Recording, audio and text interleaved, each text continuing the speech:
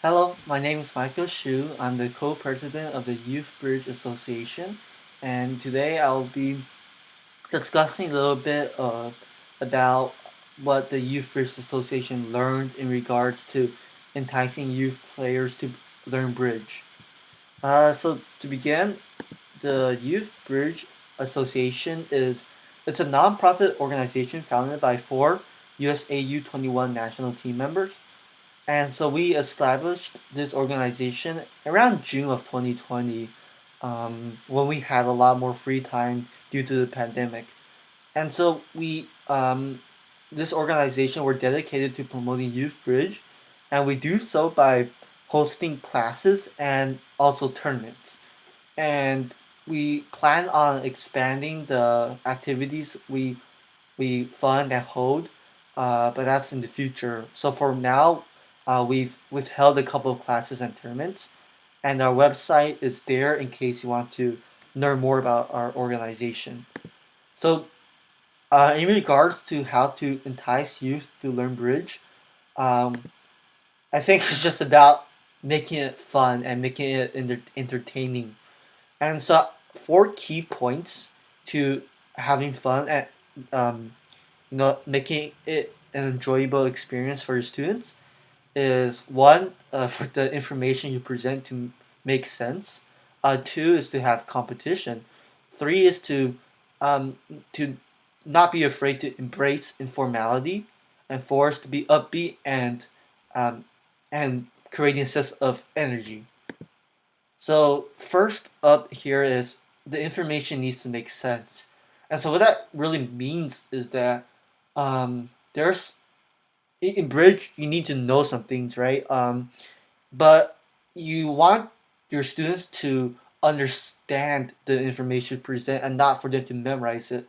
So there's a difference between using logic and reasoning and strategy to really conceptualize the information as opposed to just kind of regurgitating what was given to you. And so, for example, during a lesson, the the YBA will try to explain the logic behind any information presented. So, for example, after goes the club of spade, one no trump showing 12 to 14, and one club one spade two no trump showing 18 to 19. The logic behind these point ranges has to do with what you would have had open with 15 to 17, and what you would have had open with 20 to 21, right? So by explaining why it's the way it is, the students are able to um, take ownership of the information and really absorb it well, and and it just makes it a lot more fun when you actually understand what's going on as opposed to you just memorizing what a teacher taught you or what a teacher told you. So you really want to be able to present the information in a way that makes logical sense and that makes sense why things are the way they are. Um, and so for the second point of making things fun is to have competition, because people like to be able to be able to take advantage of the skills they learned, of the knowledge they acquire, and to make good use of them. And competition really just hooks people. It hooks a large majority of people into a certain hobby. And so, with this in mind, the YBA we host tournaments with prizes, and we around December we hosted a big tournament with I think more than $1,000 in prizes, and we attracted 140 pairs. Um, so yeah, we love to try to inject as much competition as possible, to make it more fun, of course. And so the third point is, I think, less discussed, typically, and informality. And so I think it's important to keep in mind that bridge is a game and not an academic subject. So, when teaching bridge, it's you.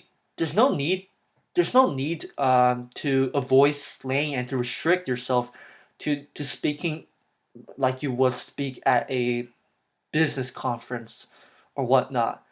And so informality. What I mean by informality is using phrases and words to try to create an energetic atmosphere, and or to be playful and to make it fun, and to not just sound like a boring pedantic professor, and to make your classes not feel like a class that would be taught at school, but really it's like a entertaining.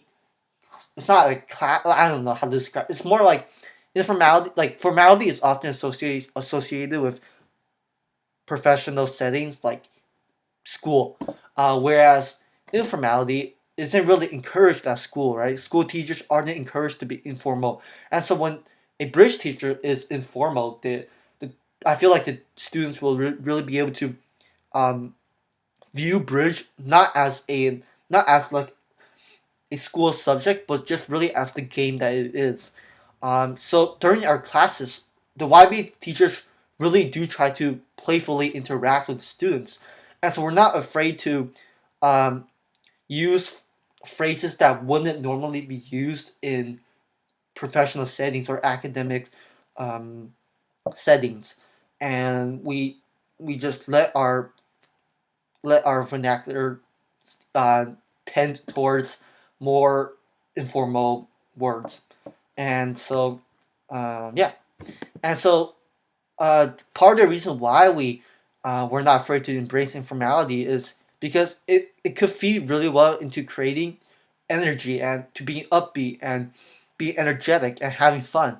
And so, what that means is when we lecture, we're not afraid to be expressive and loose with our voice and our tonality, and to be, to like, um, to edge towards appropriate immaturity. So when I say the word immaturity, I don't mean like callous, but it's a playfulness, really, a playful immaturity, and to be fun and to be expressive and to to not be so suffocating in terms of your teaching, and it's all about just trying to establish a fun mood to learn the material and to make it not seem like an academic subject but really just a game, right? And so with YBA, we understand that we're fundamentally teaching a game, and we're not teaching something like biology, and so we're just not afraid to be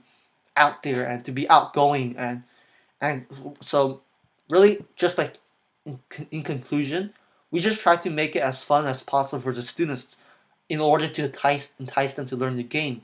We we want to encourage them to learn by making it as fun as possible for them. And so we teach we don't teach as if like our high school teacher is grading us on our teaching. So we just go out there and we try to be informative and at the same time entertaining. And I think that's really the key point here is our students want to learn bridge because it's a fun game primarily, and so we want to convey how fun the game is through our lecturing, through our teaching, and to be expressive and out there and to be passionate. Yeah. So thank you for listening to my presentation.